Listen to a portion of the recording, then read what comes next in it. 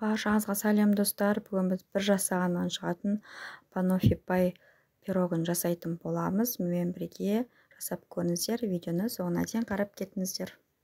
Бізге керекті заттар: 200 грамм ұнымызға разрыхителімізді, қантымызды қосып, және де сары майымызды қосып, жақсылап сары майымызды осылай ұнтақтап аламыз қолымызбен. Езіп алғаннан кейін бір жұмыртқамызды қосып, жұмсақ қамыр илейміз.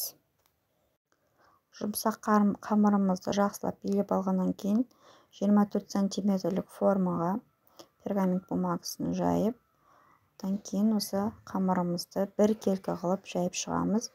Және де жан жағын міндетті түрде жақсылап осылай шығарыңыздар.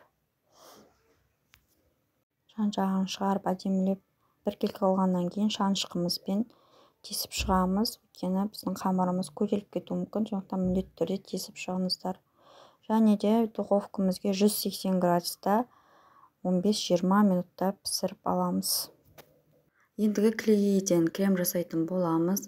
Менің парақшамда клейгеймен қалай жұмыс жасау керектігі видеосы бар, содан қарап алсаңыздар болады. Ендігі 250 грамм клейгейімізді алып, миксерімізбен жақсылап қоюланғанша араластырамыз.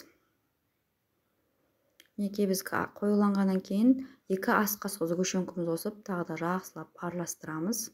Креміміз дайын. Ендігі пирогымызды алып, осындай сгущенкамызды дайындап ашып аламыз. Менде 3 желания сгущенкасы.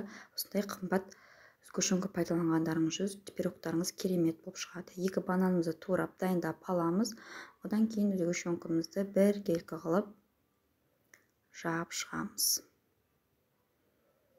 Одан кейін осындай банандарымыздың барлығын орын қалдырмай орналастырамыз.